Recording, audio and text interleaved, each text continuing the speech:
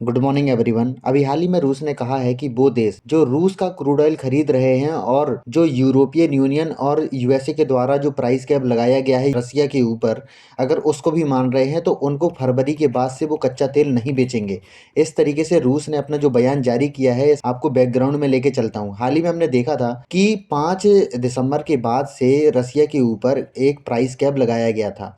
Price cap क्या था कि $60 के ऊपर जो रसिया है अपना जो क्रूड ऑयल है नहीं बेचेगा। इस तरीके से उसको ऊपर प्राइस कैप लगाया था। तो उसके ऊपर हमने ये भी देखा था कि वो देश जो इनका क्रूड ऑयल खरीदेंगे तो उनके ऊपर जो यूरोपियन यूनियन है जो और यूएसए है उनके ऊपर क्या होता है कि प्रतिबंध लगाएंगे। इस तरीके से बहुत सारे आर्टिकल पब्लिश हुए थे। इसमें यह बोला गया था जो प्राइस कैप है अगर उसका यूज़ कर रहे हैं तो जो यूरोपियन जो कंटेनर है उनका यूज़ भी नहीं करेंगे, क्योंकि बहुत सारे जो कंटेनर है कार्गो है वो जो यूज़ करते हैं वो यूरोपियन यूनियन का करते हैं। तो इस तरीके से बहुत सारे आर्टिकल इसमें पब्लिश हुए थे। इसमें लगातार ये बोला गया था कि जो रसियन क्रूड ऑयल है उसका जो बिक्री हो ना हो, जिससे क्या होता है कि जो फाइनेंसिंग हो रही है रसिया को, उस तरीके से इसको दिखाया गया था कि रसिया को इसकी वजह से फाइनेंसिंग मिल रही है और रसिया यूक्रेन का जो वॉर है लगातार बढ़ रहा है। इस तरीके से बहुत सारे आर्टिकल इसमें पब्लिश हुए थे और उनका मानना भी यही था कि जो फाइनेंसिंग है रोकी जाएगी, जिससे जो रसिया और यूक्रेन का जो वॉर है वो ख़त्म हो जाएगा। अगर मैं G7 कंट्रीज़ की बात करूँ तो कौन कौन से देश आते हैं तो उसमें बताता हूँ। इसमें Canada, France, Germany, Italy, USA, UK और यूएसए इसमें आता है। अगर मैं G8 की बात करूँ तो इसमें अगर रसिया को भी शामिल कर लिया जाए तो G8 हो जाता है। अगर G20 की बात करूँ तो G7 और रसिया के साथ में अगर Argentina, Australia, Brazil, China, European union, India, Indonesia, Mexico, Saudi Arabia, south Africa, south Korea and Turkey, अगर इन देशों को शामिल कर लिया जाए तो G20 बनता है। क्या होता है कि अगर मैं यूपीएससी की बात करूं तो यूपीएससी ने इन देशों के लिए एक क्वेश्चन भी पूछा है, प्रीलिम्स में इसका क्वेश्चन भी आया था, तो आप इसको याद भी कर सकते हैं। अगर मैं मैप की बात करूं तो देखिए, अगर मैं ओपेक कंट्रीज की बात करूं, क्या होता है कि अगर मैं रसिया की बात करूं तो रसिया ओपेक कंट्रीज में शामिल नहीं होता, उसके बावजूद भी क्रूड ऑयल बेचता है। तो अगर मैं ओपेक कंट्रीज की बात करूं तो इसमें कौन कौन से देश शामिल हैं तो उसको आप याद कर सकते हैं। ओपेक की स्थापना 1966 में की गई थी। इसका जो फुल फॉर्म होता है, ओपेक का फुल फॉर्म OPEC, मतलब organisation of petroleum exporting countries को बोला जाता है। तो इसमें Ecuador, Venezuela, Algeria, Nigeria, Angola, Libya, Iraq, Iran, Kuwait, Qatar, UAE, United Arab Emirates, Saudi Arabia, ये सारे देश इसमें शामिल हैं। दुनिया में सबसे ज़्यादा जो क्रूड ऑयल का एक्सपोर्ट करता है वो सऊदी अरबिया करता है, और दुनिया के सबसे बड़ा जो क्रूड ऑयल के भंडार हैं वो वेनेजुएला के पास हैं। तो इस तरीके से हम देख सकते हैं। अभी हाल ही में हमने देखा कि रसिया ने ये बोला था कि हम अपने जो क्रूड ऑयल का उत्पादन हम बहुत कम कर देंगे, जिससे क्या होता है कि अगर इस तरीके से अगर देखेंगे तो लगातार जो ओपेक कंट्रीज़ हैं क्रूड ऑयल के जो प्राइस हैं लगातार बढ़ा देंगे, जिससे दुनिया की जो कंट्रीज़ हैं उनके जो बजट में बहुत नेगेटिव इम्पैक्ट पड़ता है। जैसे हाल ही में हमने देखा है कि जो रसिया यूक्रेन की वॉर में बहुत सारे ऐसे देश हैं अफ्रीकाई कंट्रीज़ की, अगर मैं बात करूँ तो वहाँ पे जो खाने की दिक्कत है वो भी हो रही है। तो इस तरीके से हम देख सकते हैं। उसके बाद हमने देखा था कि जो जो प्राइस कैप लगा था रसिया के ऊपर, उस तरीके से हमने देखा कि इंडिया ने इसको फॉलो नहीं किया था। जिसके बाद हमने ये देखा कि रसिया ने इंडिया को इसके लिए बहुत सराहा था। उन्होंने ये बोला था, Russia welcome India decision to not support G20 price cap on Russian oil. तो इस तरीके से हमने बहुत सारे आर्टिकल देखे थे। ये जो न्यूज़पेपर की जो कटिंग है ये 11 दिसंबर की है, क्योंकि जो प्राइस कैप की अगर मैं बात करूँ तो 5 दिसंबर को ये प्राइस कैप लगाया गया था, लेकिन जो ये कटिंग है वो 11 दिसंबर की है। 11 दिसंबर तक इन्होंने इंडिया को इसके लिए वेलकम बोला था। इस तरीके से बहुत आर्टिकल पब्लिश हुए थे जिसमें हमने देखा था। इसमें अगर मैं प्राइस कैप की बात करूँ तो किन किन ने लगाया था, तो इसमें यूरोपियन यूनियन, यूएसए और ऑस्ट्रेलिया इसमें शामिल था। जिसमें इसमें जो शामिल होगा इसमें जापान भी शामिल होगा। तो ये सारी जो कंट्रीज़ हैं इसके ऊपर बहुत ज़्यादा प्रतिबंध लगाना चाहते हैं, जिससे इसकी जो पैसा है एकदम ख़त्म हो जाए। लेकिन क्या होता है कि अभी हाल ही में हमने देखा जिस तरीके से ठंडियाँ बढ़ रही हैं यूरोप में, तो लगातार जो अगर मैं नेचुरल गैस और क्रूड ऑयल की बात करूँ तो लगातार उनकी जो डिमांड है वहाँ पर बढ़ रही है, क्योंकि इससे क्या होता है कि यूरोपियन यूनियन में बहुत ज़्यादा इन्फ्लेशन बढ़ रहा है। इसके बाद हमने ये देखा है कि रसिया ने इसके जवाब में बोला है कि वो कंट्रीज़ जो रसिया का क्रूड ऑयल परचेज़ कर रहे हैं और अगर मैं यूरोपियन यूनियन और जो वेस्टर्न कंट्रीज़ के द्वारा जो इनके ऊपर प्राइस कैप लगाया जा रहा है, अगर उसको भी फॉलो कर रहे हैं, तो उनके ऊपर जो फरवरी से इसके मतलब क्रूड ऑयल बेचने के प्रतिबंध लगा दिया जाएगा। इस तरीके से बहुत सारे आर्टिकल पब्लिश हुए हैं जिसमें ये बोला गया है, Russia to ban oil export to countries using price cap from February. इस तरीके से बहुत सारे आर्टिकल पब्लिश हुए हैं। अगर मैं बात करूं, देखिए अगर मैं लोकेशन वाइज बात करूं तो क्या होता है कि अगर 24 फरवरी 2022 को जो रसिया और यूक्रेन के बीच जो युद्ध है वो शुरू हुआ था।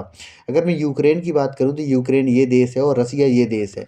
तो क्या होता है कि इनके बीच जब से युद्ध शुरू हुआ है, वॉर शुरू हुई है, उसके बाद हमने दुनिया भर में देखा है कि जो अगर मैं क्रूड ऑयल की बात करूं तो क्रूड ऑयल में लगातार जंप हुआ है। इसके बाद हमने ये देखा है कि जो यूरोप है और यूएसए ने जो रसिया के ऊपर बहुत सारे जो सैंक्शन लगाए हैं, इसके बाद हमने ये देखा कि इनकी जो मार्केट से दुनिया भर के जो ब्रांड है वो गायब हो गए हैं, जिससे क्या होता है कि रसिया में इन्फ्लेशन लगातार बढ़ रहा है। लेकिन रसिया के पास भी एक ब्रह्मास्त्र है जिसको हम क्रूड ऑयल और नेचुरल गैस हम बोल सकते हैं, जिसकी वजह से इनके ऊपर जो इन्फ्लेशन का जो इम्पैक्ट है उस तरीके से नहीं दिखता जिस तरीके से दिखना चाहिए।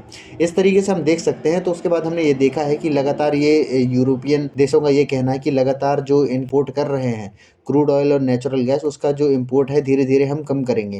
लेकिन इनका ये कहना है, रसिया का ये कहना है कि हम आपको देंगे ही नहीं। तो इस तरीके से हम देख सकते हैं। इसके बाद क्या होता है कि लगातार इंडिया के ऊपर इसके ऊपर जो प्रेशर बन रहा था कि आप जो रसिया का क्रूड ऑयल क्यों खरीदते हो, तो हमने लगातार इसकी जवाब दिया है कि क्या होता है कि हमारी ये मजबूरी है, क्योंकि हमें अपनी बहुत बड़ी आबादी को इन सब चीज़ों की आपूर्ति करना है। अगर हम आपूर्ति नहीं करते तो ओपेक कंट्रीज़ जितना महंगा क्रूड ऑयल देते हैं उससे तो हमारी जो इकोनॉमी है एकदम बर्बाद हो जाएगी। तो इस तरीके से लगातार हमने जवाब दिए हैं। तो इस तरीके से हम देख सकते हैं जो रसिया ने क्या बोला है इसके लिए। तो हम देख सकते हैं रसिया ने उन देशों और कंपनियों को तेल की बिक्री पर प्रतिबंध लगाने का फरमान जारी किया है जो यूक्रेन में मॉस्को के हमलों के जवाब में पश्चिमी देशों के प्राइस कैप का समर्थन कर रहे हैं। राष्ट्रपति ने बोला है, जो अगर मैं बात करूं व्लादिमीर पुतिन ने, तो राष्ट्रपति कार्यालय की ओर से जारी आदेश में कहा गया है कि विदेशी संस्थाओं और व्यक्तियों को रूसी तेल और तेल उत्पादों की आपूर्ति प्रतिबंधित है यदि इन आपूर्तियों के अनुबंध प्रत्यक्ष या अप्रत्यक्ष रूप से प्राइस कैप का इस्तेमाल करते हैं। यह आदेश 1 फरवरी से 1 जुलाई के बीच में यह प्रभावी हो जाएगा। इस तरीके से उन्होंने जो गाइडलाइन जारी की है। अगर मैं प्राइस कैप की बात करूं तो इसमें यूरोपियन यूनियन शामिल था, इसमें G7 कंट्रीज इसमें शामिल थे और ऑस्ट्रेलिया भी इसमें शामिल था, जिससे इसमें इनका ये कहना था कि जो रूस को फाइनेंसिंग हो रही है, रूस को जो बहुत सारा पैसा मिल रहा है, इसको हमें कट करना है जिससे ये वॉर रुक पाए। इस तरीके से हम देख सकते हैं। अभी हाल ही में हमने देखा है कि जो अगर मैं यूक्रेन के राष्ट्रपति की बात करूं तो जेलेंस्की पहुंचे हैं यूएसए। तो वहाँ की जो सीनेट में उन्होंने भाषण दिया है, वहाँ की जो कांग्रेस में उन्होंने भाषण दिया है, हम इनको देख सकते हैं। ये कमला हैरिस हैं, ये इनको हम देख सकते हैं। ये नैंसी पेलोसी हैं, जो अगर मैं इनकी बात करूं यूएसए कांग्रेस की जो सीनेटर हैं, ये नैंसी पेलोसी हैं। इन्होंने इनको ऊपर बहुत सारे इनकी स्वागत भी किया गया है उनकी कांग्रेस के द्वारा। तो इस तरीके से हम देख सकते हैं।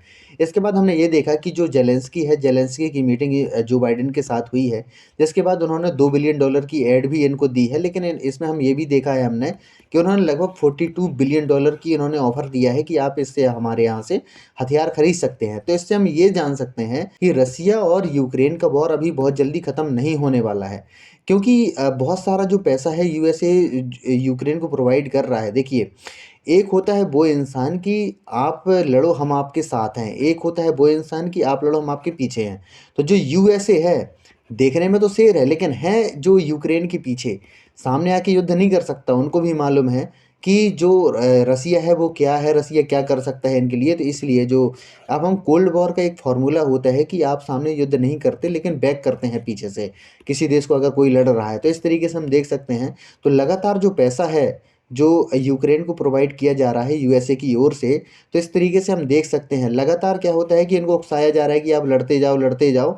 इससे क्या होता है कि बहुत ज़्यादा विदेशी कर्ज जो है यूक्रेन के ऊपर उड़ता चला जा रहा है।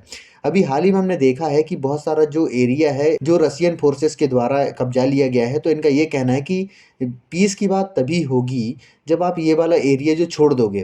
तो इस तरीके से बहुत सारे आर्टिकल पब्लिश हुए हैं, इस तरीके से बातें हो रही हैं। जेलेंस्की जो हैं अपनी जिद पर अड़े हुए हैं, जब तक आप ये वाला एरिया आप छोड़ोगे नहीं तब तक जो युद्ध है वो ख़त्म नहीं होने वाला है।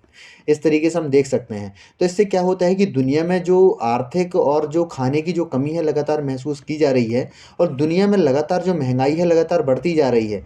क्योंकि अगर मैं यूक्रेन और रसिया की बात करूँ तो दुनिया में जो 30% व्हीट का जो उत्पादन है, वो यूक्रेन और रसिया ही करते थे, जिससे क्या होता था कि बहुत ज़्यादा जो गरीब देश हैं, अगर मैं अफ्रीका की बहुत सारी कंट्रीज़ देखूँ, अगर मैं साउथ एशिया की कंट्रीज़ देखूँ, तो इसमें बहुत सारे देश गरीब हमें नज़र आते हैं, जिनको बहुत सारा जो अगर मैं व्हीट की बात करूँ, गेहूँ की बात करूँ, बहुत सारी जो अगर मैं बात करूँ खाने की जो उपजाऊ चीज़ें हैं, उनकी बात करूँ, तो बहुत सारी चीज़ें यहाँ से आपूर्ति होती थी। और हाल ही हमने देखा जो ब्लैक सी से बहुत ज़्यादा जो सामान आता था, इसको इसको भी चोक किया गया है।